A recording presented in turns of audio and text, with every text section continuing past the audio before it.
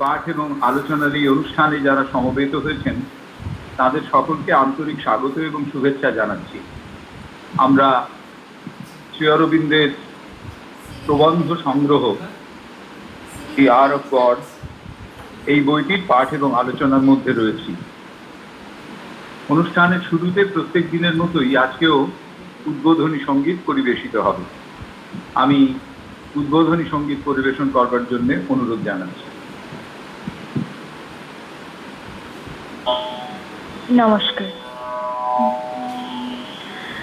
জালাকাশ প্রদীপ শান্ত হেমন্ত সন্ধ্যায় দিন যায় দিন যায় জালাকাশ প্রদীপ শান্ত হেমন্ত সন্ধ্যায় দিন যায় দিন যায় জালাকাশ প্রদীপ নব ফসলের ঘ্রাণে শিহরণ লাগে প্রাণে নব ফসলের ঘ্রাণে শিহরণ লাগে প্রাণে আপন দানের আড়ালে রয়েছ তুমি কোথায় দিন যায় দিন যায় জালাকাশ প্রদীপ ঝরে যায় কাশফুল শূন্য কানো জানি না কি খেলা তুমি খেলিছ এখন ঝরে যায় কাশফুল শূন্য কানো জানি না কি খেলা তুমি খেলিছ এখন কুয়াশার গোচরে কে গো তুমি গেলে সরে কুয়াশার গোচরে কে গো তুমি গেলে সরে না হয় ক্ষণিক দাঁড়ালে আমারই পিছু ডাকায় দিন যায় দিন যায় জালাকাশ প্রদীপ শান্ত হেমন্ত সন্ধ্যা দিন যায় দিন যায় জালাকাশ প্রদীপ। নমস্কার। আমরা অনন্যা দাঁর কাছ থেকে আজকের উদ্বোধনী সঙ্গীত শুনলাম। অনন্যা প্রত্যেক দিনই অপূর্ব গায়, আজকেও তার গানটি বড় চমৎকার। বিশেষ করে হেমন্তের রূপবর্ণনা এই গানটির ভেতর দিয়ে আমরা ভারী সুন্দরভাবে ওই ঋতুর যে একটা রূপকল্প সেটি চমৎকারভাবেও ওই গানের মধ্যে দিয়ে প্রতিষ্ঠা করল। আমরা যে আলোচনার ভেতরে ছিলাম সেটি হচ্ছে দি আর্ট অফ গডের the entire purpose of yoga, যোগের সম্পূর্ণ উদ্দেশ্য। তার মধ্যে আমরা যে জায়গাটিতে এসে পৌঁছেছি সেখানে প্রথমে শ্রী অরবিন্দ বললেন একটি চমৎকার বাক্য, যেটার ভেতর দিয়ে এই পরিপ্রকাশের অন্তর্গত তাৎপর্য খুব চমৎকারভাবে আমাদের সামনে তুলে ধরছেন। তিনি তিনি বলছেন, God descending into world in various forms has consummated on this earth the mental and bodily form which we call humanity. আগের দিনও আমি এই অংশটি বলেছিলাম, অর্থাৎ ডেফিনিশন অফ হিউম্যানিটি, মানব জাতির কে যেন সংজ্ঞায়িত করছেন। সেখানে বলছেন যে ভগবান যখন এই পৃথিবীতে নিজে নেমে আসছেন, ভগবান তো নিজে নেমে এই পৃথিবীতে পরিপ্রকাশিত হয়েছেন, যা কিছু আমরা পরিপ্রকাশিত অবস্থায় দেখছি সে সমস্তই ভগবান নিজে নিজেকে পরিপ্রকাশিত করেছেন। সেই ধারায় নানান রকমভাবে পরিপ্রকাশের ভেতর দিয়ে যেতে যেতে একটা সময় এসে এই পৃথিবীতে সেই পরিপ্রকাশ যেন একটা চূড়ান্ত পরিণতির দিকে এগোলো, কনজুমেট করল। এবং সেই কনজুমেশনের যে দুটি বৈশিষ্ট্য, তার ভেতরে এক নম্বর হচ্ছে বডি বা রূপ, যেটার ভেতর দিয়ে, যেটার মধ্যে দিয়ে প্রধানত ভগবানের এই পার্থিব পরিপ্রকাশ ঘটে উঠছিল। কারণ ভগবান প্রকৃতিগতভাবে অরূপ। তিনি যখন নিজেকে পরিপ্রকাশিত করলেন সম্পূর্ণ বিপরীত ধর্মিতার ভেতরে, তখন সেই অরূপ উৎস থেকে রূপায়িত উৎসের ভেতর দিয়ে যেন নিজেকে পরিপ্রকাশিত করে তুললেন তিনি। কিন্তু তার সঙ্গে বিষয়টি কনজিউমেট করলো কখন, মানে একটা চূড়ান্ত রূপ পরিগ্রহ করলো কখন, যখন সেইটি মানুষ হিসেবে, মানব জাতি হিসেবে এই পৃথিবীতে পরিপ্রকাশিত হলো। অর্থাৎ তার পরিপ্রকাশ মানুষের ভেতর দিয়ে যখন ঘটলো, তখন যেন একটা কনজিউমেশনে পৌঁছলো সমগ্র সৃষ্টি। এটি আমরা আগের দিন পড়েছিলাম। এরপরে শ্রী অরবিন্দ আমাদের প্রাচীন পরম্পরাতে যেভাবে আমাদের এই সৃষ্টিকে ব্যাখ্যা করা হয়েছে, তার গঠনগত উপাদানগত বৈশিষ্ট্যগুলিকে সাজানো হয়েছে, সেগুলিকে খুব চমৎকার করে আমাদের সামনে তিনি তুলে ধরলেন। তিনি বললেন যে এটা একটা 7টা স্তরের মধ্যে দিয়ে যেন এগুলো, মানে এই পরিপ্রকাশকে সাজিয়ে দেওয়া হয়েছে। তো সেখানে তিনি বলছেন যে মূলত মূল বিষয়টা কি, তার এই পরিপ্রকাশের মূল বিষয়টা হচ্ছে, এই পৃথিবীর ভেতরে তার পরিপ্রকাশের মূল বিষয়টি হচ্ছে এই যে সমস্ত কিছুকে পরিচালিত করছেন যে বিশ্বাত্মা, সেই বিশ্বাত্মা যেন তার লীলার মধ্যে দিয়ে নিজেকে পরিপ্রকাশিত করবে। অর্থাৎ ভগবান তার অন্তর্গত যে বিশ্বাত্মা, যা এই সমস্ত কিছুকে নিয়ন্ত্রিত করছেন, পরিচালিত করছেন, সেই বিশ্বাত্মা লীলার মধ্যে দিয়ে নিজেকে পরিপ্রকাশিত করলেন।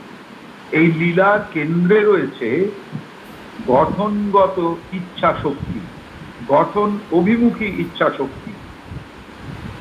এবং সেই যে গঠন অভিমুখী ইচ্ছা শক্তি, তিনি যখন নিজেকে পরিপ্রকাশিত করছেন, সেই পরিপ্রকাশের ভেতরে রয়েছে একটা অস্তিত্বগত ছন্দ, যাকে শ্রী অরবিন্দ বলেছেন রিদম অফ এক্সিস্টেন্স, যার এই যে অস্তিত্বগত ছন্দ, তারই একেবারে নিম্নতম যে অংশটি, নিম্নতম স্পন্দিত অংশটি, সেইটি হচ্ছে জড় বা ম্যাটার। এবং তার উচ্চতম যে অংশটি, মানে এই ম্যাটার বা জড়ের ওপরে আস্তে আস্তে আস্তে আস্তে যেভাবে বিন্যস্ত হয়েছে বাকি উপাদানগুলো, তার মধ্যে রয়েছে লাইফের পরে মাইন্ড, তারপরে আত্মা, এইভাবে ক্রমশ ক্রমশ বিন্যস্ত রয়েছে বাকি বিষয়গুলি। শ্রী অরবিন্দ আমাদের যেন সৃষ্টি রহস্যের অন্তর্গত যে অ্যাপারেন্ট মেকানিক্যাল ওয়েজ বা অ্যাপারেন্ট স্ট্রাকচারাল ফর্ম, সেইটা শেখাচ্ছেন। যেটা আপাত দৃষ্টে গঠনগত রূপ হিসেবে পরিপ্রকাশিত হবে, সেটা শেখাচ্ছেন।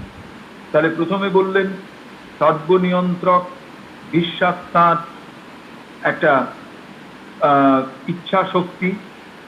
কিসের ইচ্ছা শক্তি? না কিছু একটা রূপায়িত করবার ইচ্ছা শক্তি। সেইটি তৈরি করলো একটা ছন্দ, অস্তিত্বের ভেতরে একটা ছন্দ তৈরি করলো। এই ছন্দের নিম্নতম স্তর হচ্ছে ম্যাটার বা জড়, এবং তার উপরে ধীরে ধীরে ধীরে ধীরে সাজানো রয়েছে প্রাণ, মন, এইভাবে ক্রমশ উদ্ধারিত হয়েছে। এখানে বলছেন যে এই যে মন, প্রাণ এবং জড় বা দেহ, এই তিনটি মিলে তৈরি হচ্ছে হাফ অফ ওয়ার্ল্ড এক্সিস্টেন্স বা অপরার্ধ। আমরা বলতে পারি সমস্তটা যদি একটি গোলক হয়, তাহলে নিম্নতর যে অর্ধ গোলক, সেইটি হচ্ছে মন, প্রাণ এবং দেহ দিয়ে তৈরি। আর শুদ্ধ চেতনা, শুদ্ধ আনন্দ এবং শুদ্ধ অস্তিত্ব, যাকে আমরা বলছি সচ্চিদানন্দ, এই শুদ্ধ অস্তিত্ব বা পিওর বিইং, তার ভেতর থেকে pure consciousness and pure bliss, অর্থাৎ শুদ্ধ চেতনা এবং শুদ্ধ আনন্দ যেন সৃষ্টি হয়েছে, অর্থাৎ পরিপ্রকাশ ঘটেছে। তার শুদ্ধ সত্তা থেকে, শুদ্ধ সাত থেকে শুদ্ধ চিত এবং শুদ্ধ আনন্দ এটি বেরিয়েছে। এবং এই যে সচ্চিদানন্দ, এইটি upper half of the hemisphere তৈরি করছে, ওয়ার্ল্ড এক্সিস্টেন্সের ওপরের দিকের অংশ। এর মাঝখানে একদিকে হচ্ছে দেহ, প্রাণ, মন, আর একদিকে উত্তরার্ধ অর্থাৎ বা পরার্ধ, যে অংশ যেটি তৈরি হচ্ছে সচ্চিত আনন্দের সাহায্যে। এর মাঝখানে শুদ্ধ ধারণা, যাকে আমরা বিজ্ঞান বলছি, সেইটি হচ্ছে লিঙ্ক, সেইটি হচ্ছে সংযোগ সূত্র বিটুইন দিস টু হেমিস্ফিয়ার। তাহলে ওপরে তিনটি, নিচে তিনটি, মাঝখানে একটি, এই 7টি স্তরে যেন সমস্ত অস্তিত্ব বিন্যস্ত রয়েছে। শ্রী অরবিন্দ বলেন এই 7টি স্তরকে পুরাণে বলা হয়েছে 7টি লোক বা জগৎ।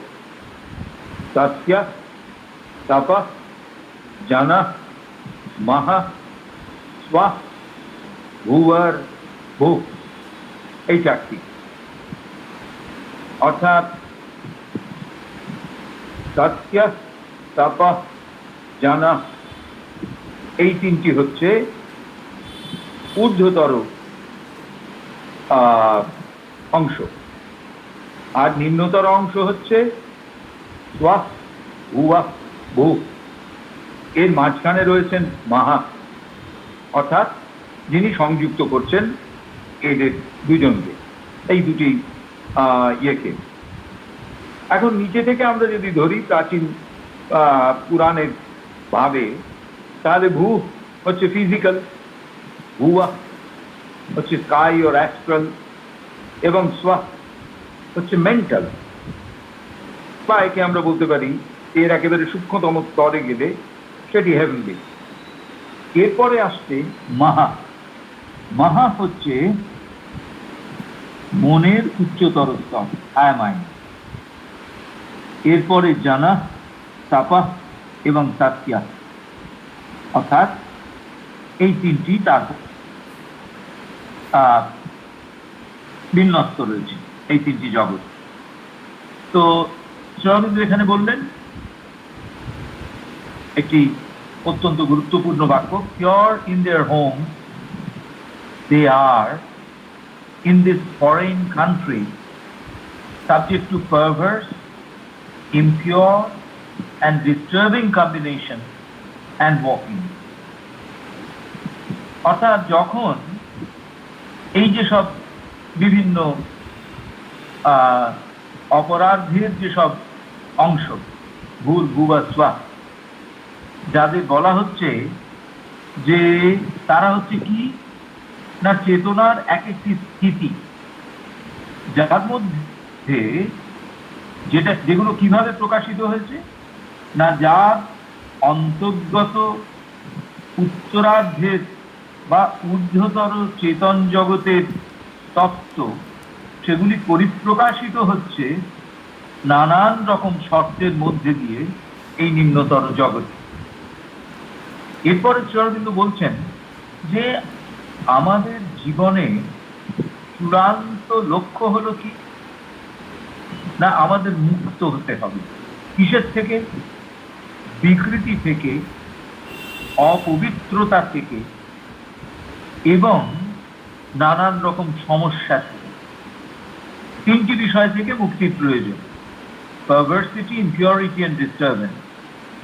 পারভার্সিটি হচ্ছে বিকৃতি, অর্থাৎ এই যে আমরা দেখলাম যে সূক্ষ্ম স্তর থেকে চেতনা স্থূল স্তরে বিকৃত রূপে প্রকাশিত হয়, এই বিকৃতি থেকে মুক্ত হতে হবে। সূক্ষ্ম বা উচ্চ স্তরের যে শুদ্ধতা তা থেকে অশুদ্ধ রূপে এখানে প্রকাশিত হয়, সুতরাং ইমপিউরিটি থেকে মুক্ত হতে হবে। আর শুদ্ধ স্তরে বা সূক্ষ্ম স্তরে যে কোনো রকমের ডিস্টারবেন্স ছিল না, কোনো রকমের সংকট ছিল না, এখানে সেই সংকটকে অতিক্রম করতে হবে, করে নিজেদের প্রকাশ করতে হবে সুচারুরূপে এই ভিন্নতর সত্তাধীনতার মধ্যেও। রবীন্দ্রনাথের একটি গানে আছে, আমি অনন্যাকে অনুরোধ করে রাখছি সাইড লাইনে পরে কোনোদিন এই গানটা শোনাস, আগেও একবার তুই শুনিয়েছি। আজ তারায় তারায় দীপ্ত শিখার অগ্নি জলে, নিদ্রাবিহীন গগন তলে। ওই অর্থাৎ নিদ্রাবিহীন গগনতলে আকাশের গায়ে যে অসংখ্য তারকারাজি তারা কিরণ বিতরণ করছে, সেইখানে সেই উচ্চতর চেতন লোকে আমিও ছিলাম। ওই আলোক মাতাল স্বর্গসভার মহাঙ্গন, কোথায় ছিল কোন যুগে মোর নিমন্ত্রণ। আমাদের চেতনা ওই আলোক মাতাল স্বর্গের পরিসরে ছিল, আমার লাগলো না, মন লাগলো না। ভগবান তার ওই যে একেবারে চূড়ান্ত পরাৎপর স্তরে একদম সম্পূর্ণরূপে একটা অনিঃশেষ অসীম অরূপতার মধ্যে ছিলেন, কিন্তু তার যেন মন লাগলো না সেখানে। আমার লাগলো না, মন লাগলো না, আমি পাড়ি দিয়ে এলেন চলে নিদ্রাবিহীন গগনতলে। সেখান থেকে যেন আমি ইচ্ছে করে নেমে এসেছি কোথায়? এই নিদ্রাবিহীন গগনতলে। কিন্তু এইখানে এসে এই শর্তের মধ্যে আমার যে পরিপ্রকাশ, এই শর্তকে মেনে নিয়ে যে আমি ছিলুম অসীম, যে আমি ছিলুম অরূপ, সেই আমি সীমা এবং রূপের মধ্যে দিয়ে যে এখানে পরিপ্রকাশিত হলুম, কিন্তু আমার ভেতরে একটা প্রেরণা জেগে রইল। সেই প্রেরণা আমাকে বলে যেতে লাগলো, the ultimate object of life is to get rid of the perversity, impurity and disturbance and express them perfectly in these other conditions. অর্থাৎ সমস্ত রকম ইমপিউরিটি, পারভার্সিটি, ডিস্টারবেন্স থেকে মুক্ত হয়ে এই বিপরীত ধর্মিতার মধ্যেও আমরা আমাদের মূল যে প্রকৃতি তাকে পরিপ্রকাশিত করব। অতএব তারপরে সেই অসাধারণ অংশটি আসছে, যেখানে কবি বলছেন যে আমাদের জীবন, এই পৃথিবীর ওপরে আমাদের যে জীবন, সে হচ্ছে এক দিব্য কবিতা, যা আমরা আমাদের জীবন দিয়ে অনুবাদ করছি। কিসে? না এই পার্থিব ভাষার মধ্যে দিয়ে অনুবাদ করছি তাকে। কিংবা আমাদের জীবন এখানে হচ্ছে একটি সঙ্গীতের অংশ, যা কথার মধ্যে দিয়ে, বাণীর মধ্যে দিয়ে আমরা প্রকাশ করছি। অর্থাৎ যাকে বলা হচ্ছে কাব্য, কবিতা, সেই কবিতা তো আসলে যদিও তা প্রকাশিত হয় বা তার অবলম্বন হচ্ছে একটি ভাষা এবং ছন্দ এবং শব্দ, কিন্তু আদতে কবিতা ছন্দ, শব্দ এবং ভাষার মধ্যে বাধা পড়ে নেই। যেমন একটি সঙ্গীত, তার অবলম্বন হচ্ছে অনেকটাই তার বাণী, তার সুর, কিন্তু শুধুমাত্র সুর এবং বাণীর নির্দেশের ভেতরেই সঙ্গীতের অন্তরাত্মা বাঁধা পড়ে নেই। সেই রকম আমাদের এই জীবনও, যতই আমরা তাকে এই পার্থিবতার শর্তের মধ্যে দিয়ে প্রকাশ করি এবং এগিয়ে নিয়ে চলি, তা কিন্তু এই পার্থিবতার শর্তে বাঁধা পড়ে নেই। তার ভেতরে একে অতিক্রম করে যাওয়ার একটি প্রেরণা রয়েছে। এরপর শ্রী অরবিন্দ একে একে আমাদের বলছেন। প্রথমে বলছেন তিনটি কথা, অর্থাৎ সৎ, চিৎ এবং আনন্দ, এই তিনটিকে তিনি ব্যাখ্যা করছেন। প্রথমে বলছেন যে যখন অস্তিত্ব তার পরিপ্রকাশ ঘটে, সৎ অর্থাৎ শাশ্বত অস্তিত্বের প্রেরণার মধ্যে দিয়ে, তখন তা কি হয়ে দাঁড়ায়? In multiplicity. যখন সৎ এর ভেতরে আমরা আমাদের সীমায়িত স্বাতন্ত্র অস্তিত্বকে খুঁজি, তখন আমাদের শরণাপন্ন হতে হয় সেই ভাবনার, সেই সাধনা বা সেই সূত্রে, যে সূত্রে আমরা মাল্টিপ্লিসিটির ভেতর এককে। Multiplicity is a special way of combination of singularity. অর্থাৎ যা এক, তাই ক্রমশ বহু হয়েছে। One that regards the multiplicity without being lost or confused in it, and multiplicity that knows itself as one without losing the power of multiple play in the universe. এখানে এক এবং বহুর ভেতরকার পারস্পরিক সম্পর্ক শ্রী অরবিন্দ অসাধারণভাবে বলছেন। তিনি বলছেন যে সেই এক যা যে বহুর মধ্যে সে রয়েছে তাকে লক্ষ্য করে, তার প্রতি মনস্ক হয়, কিন্তু নিজে সেই বহুর ভেতরে নিজেকে হারিয়ে ফেলে না। রবীন্দ্রনাথের একটি গানে রয়েছে, বহু জনতার মাঝে অপূর্ব একা। প্রথম যুগের উদয় দিগঙ্গনে প্রথম দিনের উষা নেমে এলো যবে, প্রকাশ পিয়াসী ধরিত্রী বনে বনে সুধায় ফিরিল সুর খুঁজে পাবে কবে। তো সেখানে বলছেন যে বহু জনতার মাঝে অপূর্ব একা। কবি যেন নিজেকে আবিষ্কার করছেন অনেকের ভেতরে, কিন্তু সেই অনেকের ভেতরে নিজের একত্ব কিন্তু মিলিয়ে যায়নি, হারিয়ে যায়নি। শ্রী অরবিন্দ এখানে তাই বলছেন, one that regards its multiplicity without being lost or confused in it, and multiplicity, এবং যখন আমরা বহুকে ধরছি তখন সে জানে without, তাকে মানে knows itself as one, অর্থাৎ বহু সেও যেন নিজেকে এক বলে জানে, without losing the power of multiple play in the universe, কিন্তু নিজের ওই যে বহুর যে লীলা মহাবিশ্বের ভেতরে, তাকে হারিয়ে ফেলে।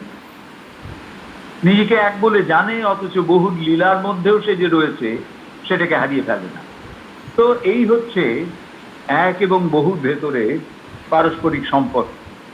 যখন আমরা মন, প্রাণ এবং দেহের শর্তের মধ্যে আসি, তখন আমাদের ভেতরে অহংকারের জন্ম হয়।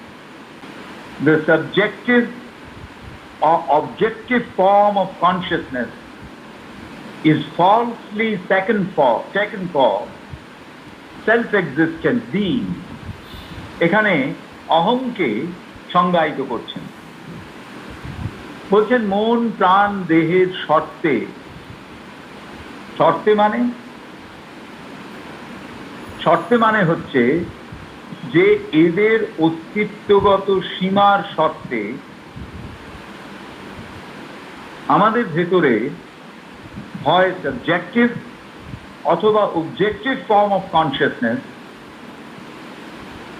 আমাদের ভেতরে প্রবেশ করে ভ্রান্তভাবে, এবং প্রবেশ করে তাকে আমরা ধারণা করিনি কিভাবে না একেবারে স্বয়ং সম্পূর্ণ স্বয়ং অস্তিত্ব রক্ষাকারী একটি সত্তা হিসেবে।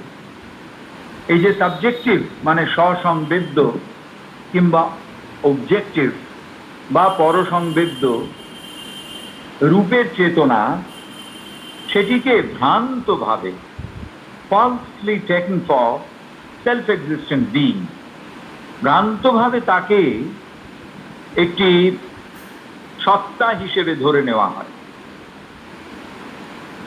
The body for an independent reality and the ego for an independent personality. এই যে ভুল ভাবে সাবজেক্টিভ ও অবজেক্টিভ ফর্ম অফ কনসিয়াসনেসকে একেবারে স্বতন্ত্র সত্তা হিসেবে ধরে নেওয়া, সেটি যখন দেহের ক্ষেত্রে হয় তখন আমরা বলি স্বাধীন বাস্তবতা। অর্থাৎ যখন আমরা দেহকে স্বসংবেদ্য বা পরসংবেদ্য চেতনার স্বতন্ত্র সত্তা হিসেবে ধরি, তখন আমরা শরীরকে গ্রহণ করি স্বাধীন বাস্তবতা হিসেবে। এবং শুধুমাত্র শরীরই তো নয়, তার ভিতরে ইগো রয়েছে। সেই ইগোকে আমরা গ্রহণ করি কি হিসেবে? Independent personality. ইন্ডিপেন্ডেন্ট পার্সোনালিটি অর্থাৎ সেটি হচ্ছে একেবারে স্বয়ং সম্পূর্ণ, কারুর উপরে নির্ভরশীল নয়, এই রকম ব্যক্তিত্ব। তারপর বলছেন, the one loses itself in its multiplicity, and when it recovers its unity finds it difficult owing to the nature of mind to preserve its state of multiplicity. খুব চমৎকার এই বাক্য বলছেন। প্রথমে আমরা দেখলাম যে শরীরী অস্তিত্ব এবং অহং, এদের মধ্যে কোথায় মিল কোথায় গরমিল। মিল হচ্ছে কোথায় না দুটোই সীমায়িত স্বাধীন সত্তা। গরমিল হচ্ছে কোথায় না একটি ইন্ডিপেন্ডেন্ট রিয়ালিটি আর একটি ইন্ডিপেন্ডেন্ট পার্সোনালিটি, স্বতন্ত্র বা স্বাধীন বাস্তব সত্তা এবং স্বাধীন ব্যক্তিত্ব। বলছেন, the one loses itself in its multiplicity, and when it recovers its unity finds it difficult owing to the nature of mind to preserve its state of বলছেন এক যে নিজেকে বহুর মধ্যে, এবং যখন সে তার ওই বহুত্ব থেকে আবার বেরিয়ে এলো, রিকভার করলো ইটস ইউনিটি, অর্থাৎ আবার সে এক হয়ে দাঁড়ালো, বহু থেকে যখন সে আবার এক হয়ে গেল, তখন তার মনে হলো তার মন চেতনার প্রকৃতির ওপরে নির্ভর করে এই কাজটা করা খুব শক্ত। অর্থাৎ to preserve its play of multiplicity, বহুর মধ্যে যে নিজের লীলা তাকে ধরে রাখা খুব শক্ত। অতএব যখন আমরা এই পৃথিবীতে সম্পূর্ণরূপে পৃথিবীর সঙ্গে মিলেমিশে থাকি, পার্থিবতা ছাড়া আমাদের আর কিচ্ছু মাথায় থাকে না, তখন আমরা কি করি? ভগবানকে তার মধ্যেই হারি। Because this world, this entire existence is none but himself, and we are trying to find God outside this existence, so we are missing it. অর্থাৎ যখন আমরা এই পার্থিবতার সঙ্গে ঘনিষ্ঠভাবে যুক্ত, তখনও যেমন আমরা ভগবানকে তার অস্তিত্বের ভেতরে খুঁজে পাচ্ছি না, তেমনি যখন আমরা ভগবানকে চাই, তাকে আমরা খুঁজে পাচ্ছি না আবার এই পার্থিবতার মধ্যে। এখানে আমাদের কি কর্তব্য? To break down and dissolve the mental ego and get back to our divine unity without losing our power of individual and multiple existence in the universe. এক কথায় বলি, অথবা আমাদের এখানে উদ্দেশ্য কি? এই পার্থিবতার সঙ্গে মিশে যাওয়া। যেই পার্থিবতার সঙ্গে আমরা মিশে গেলাম, তখন কি হলো? আমরা আস্তে আস্তে ভগবানকে তাঁর আত্মস্বরূপে দেখার অভ্যাসটা থেকে বেরিয়ে আসতে পারি। যখন আমরা ভগবানকে চাই, তখনই আমরা তাঁকে সব থেকে বেশি হারাই এই পৃথিবী। আমাদের কাছে না মনের যে অহংবোধ, তাকে সম্পূর্ণরূপে ভেঙে ফেলা, এবং আমাদের ভেতরে সমস্ত রকম মতামতের দলের যে একটা সহাবস্থানের স্বাভাবিক প্রবণতা আছে, সেইটি যখনই মেন্টালি ডিজলভ হয়ে যাবে, তখনই এই ডিভাইন ইউনিটি আমাদের ব্যক্তিগত শক্তি এবং সামূহিক অস্তিত্বের কোনো রকম অসুবিধের সৃষ্টি না করেই থেকে যায়। এরপরে হচ্ছে, এটা হচ্ছে বিইং ইন সৎ। এবারে কনসিয়াসনেস ইন চিত, সৎ চিত আনন্দ। সৎ এর আলোয় আমরা কি দেখতে চেষ্টা করলাম? আমরা দেখতে চেষ্টা করলাম সেই আলোতে সমগ্র চরাচর আলোকিত হয়ে উঠছে, এবং সেই আলোকে ধরে আমরা এক এবং বহুর ভেতরকার যে দ্বন্দ্ব, সেইটি ঘোচাবার চেষ্টা করেছি। এইবারে শ্রী অরবিন্দ আসছেন কনসিয়াসনেস ইন চিত, অর্থাৎ এই যে সৎ চিত আনন্দ, এই যে চিত, তার ভেতরে আমরা চেতনাকে, আমাদের চেতনাকে দেখার চেষ্টা করছি। কিরকম? when we try to realize consciousness in চিত, শ্রী অরবিন্দ এখানে বললেন তিনটি কথা। Consciousness in চিত is luminous, free, illimitable and effective. চারটি দিক: সন্দীপ্ত, মুক্ত, অসীম, কার্যকরী এবং কার্যকরী, এই চারটি দিক। অর্থাৎ যখন আমরা চিত শক্তি, যাকে আমরা জ্ঞান শক্তি বলছি, তার ভেতরে আমাদের চেতনাকে দেখছি, তখন সেখানে এই যে তার চারটি বৈশিষ্ট্য, সেটি আমি দেখতে পাচ্ছি, আমরা দেখতে পাই। এবং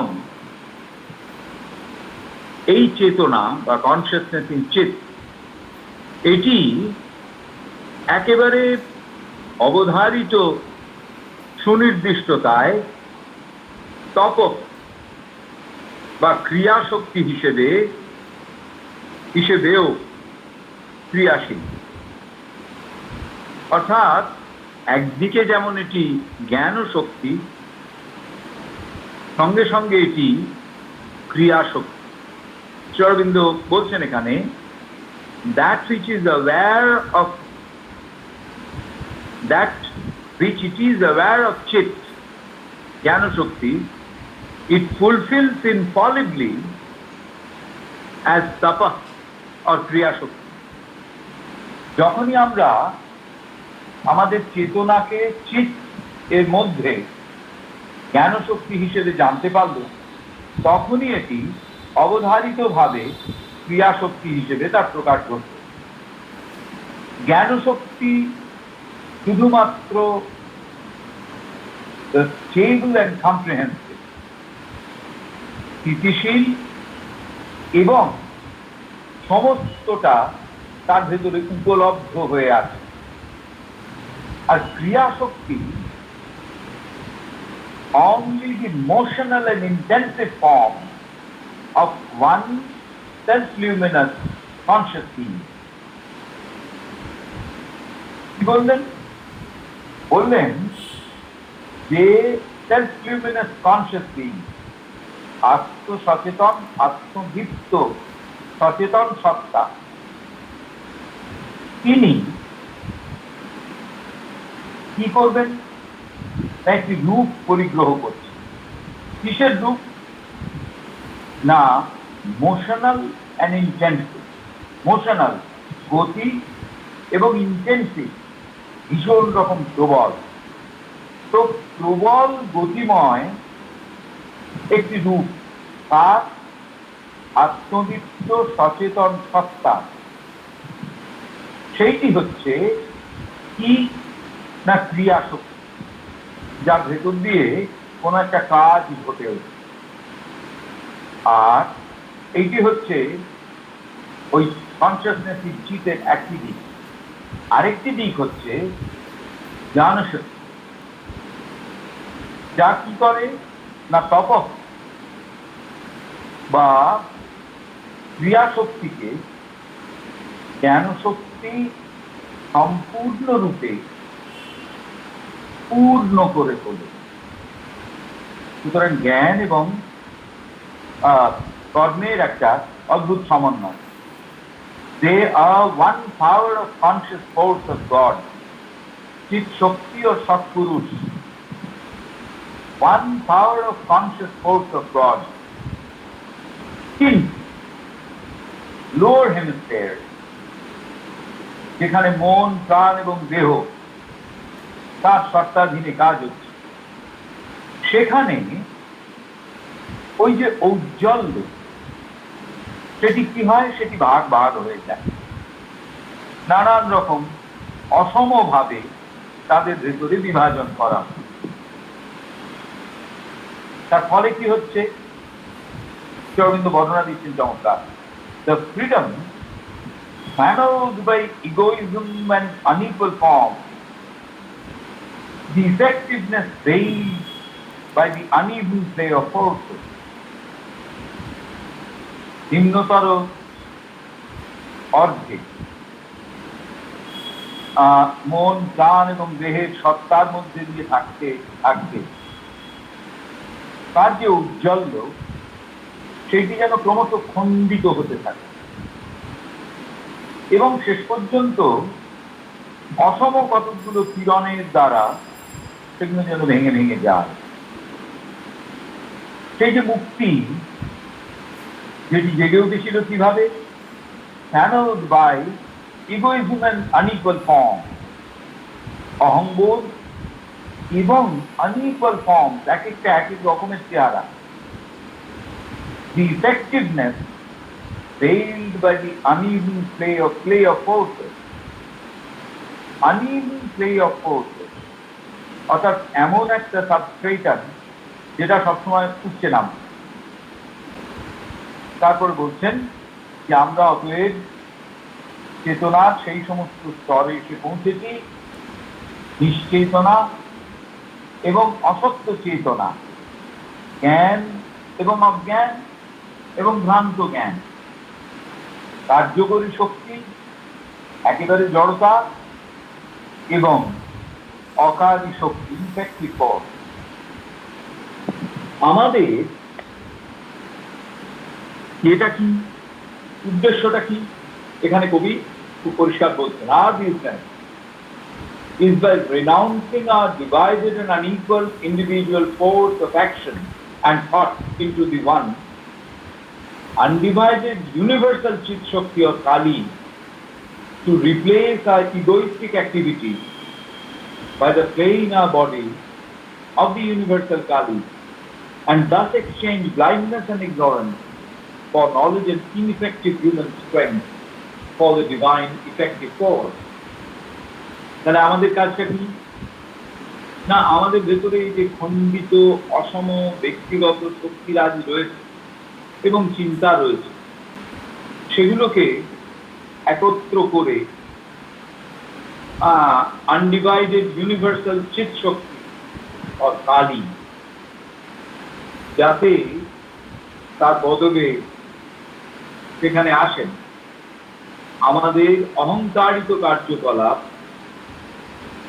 আমাদের শরীরী সত্তার নানান রকমের লীলা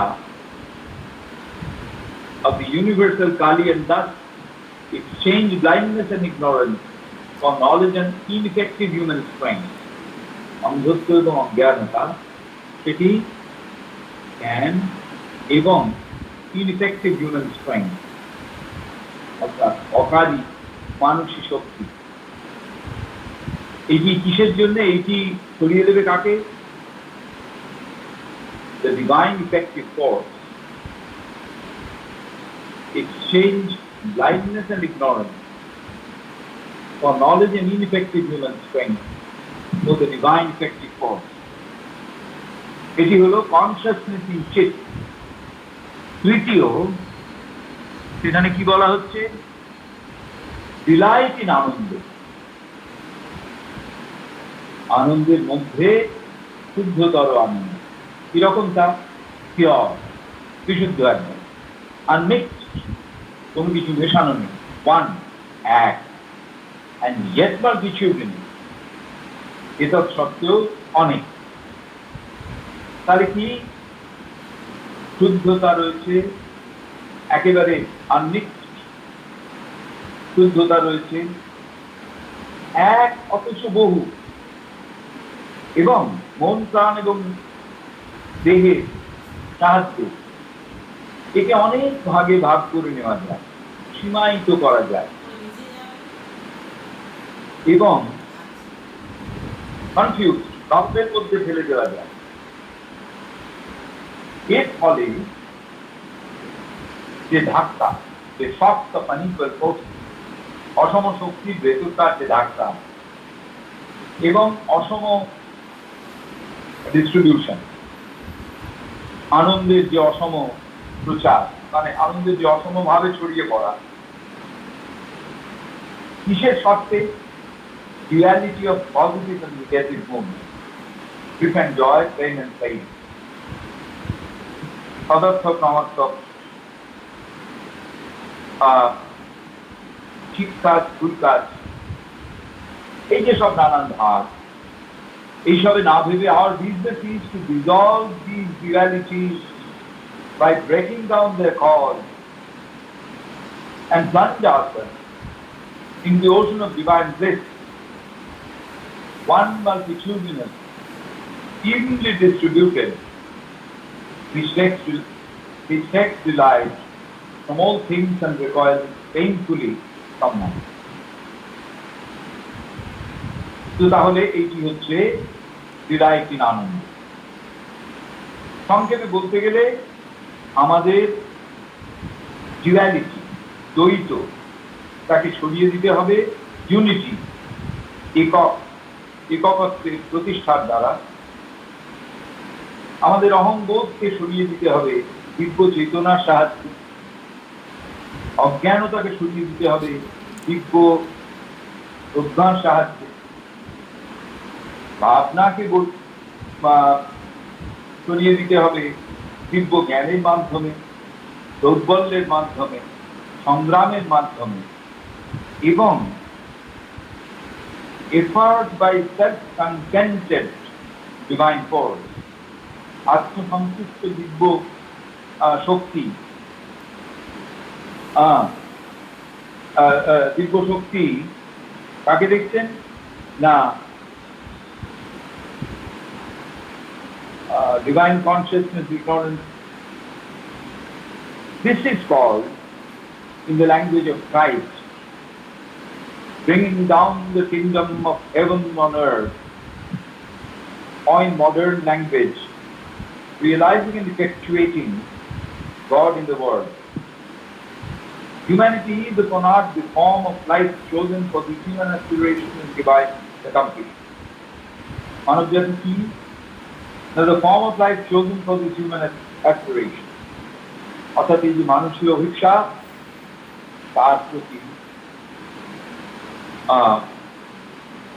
humanity is upon chosen for its human aspiration and divine accomplishment. All other forms of life either do not need or are ordinarily incapable of it unless they change into humanity. এই যে দিব্য পূর্ণতা, এটি অতএব একমাত্র সত্যিকারের লক্ষ্য মানব জীবন। এটি কাজে পরিণত হবে একেবারে ব্যক্তিগত স্তরে, যাতে এটি be effected in a way, এটি যাতে কার্যকরী হয়। আমরা এই প্রবন্ধের শেষের দিকে এসে পড়েছি। রবীন্দ্র এখানে বলছেন, the man who dwells in the higher or divine and now hidden hemispheres of his consciousness, অর্থাৎ যিনি উচ্চতর স্তরে বা দিব্য স্তরে বাস করেন এবং এখন আমাদের এই ঘুমাবার জন্য নিচে নেমেছেন, যদি rent the veil, পর্দাটা তুলে দেওয়া যায়, তাহলে সত্যিকারের সুপারম্যান এবং এই self manifestation of god in the world, তার যে নতুন প্রবর্তনা, যেরকম god in world, spirit out of matter, এর মধ্যে দিয়ে সেটি যেন প্রকাশিত হচ্ছে। অতএব দিব্য অস্তিত্বে উঠতে গেলে শক্তি, আলো এবং আনন্দ এর অবশ্য প্রয়োজন। আর recast in that mold, all mundane existence is the supreme aspiration of religion and the complete practical aim of truth. অর্থাৎ দিব্য শক্তির ওপরে উঠে যাওয়া, দিব্য অস্তিত্বের ওপরে উঠে যাওয়া বা দিব্য অস্তিত্বের মধ্যে যাওয়া, শক্তি, আলো, আনন্দ এইভাবে নেমে এসে নিজের জীবনকে সম্পূর্ণরূপে নতুন করে গড়েছে। এখানে all mundane activity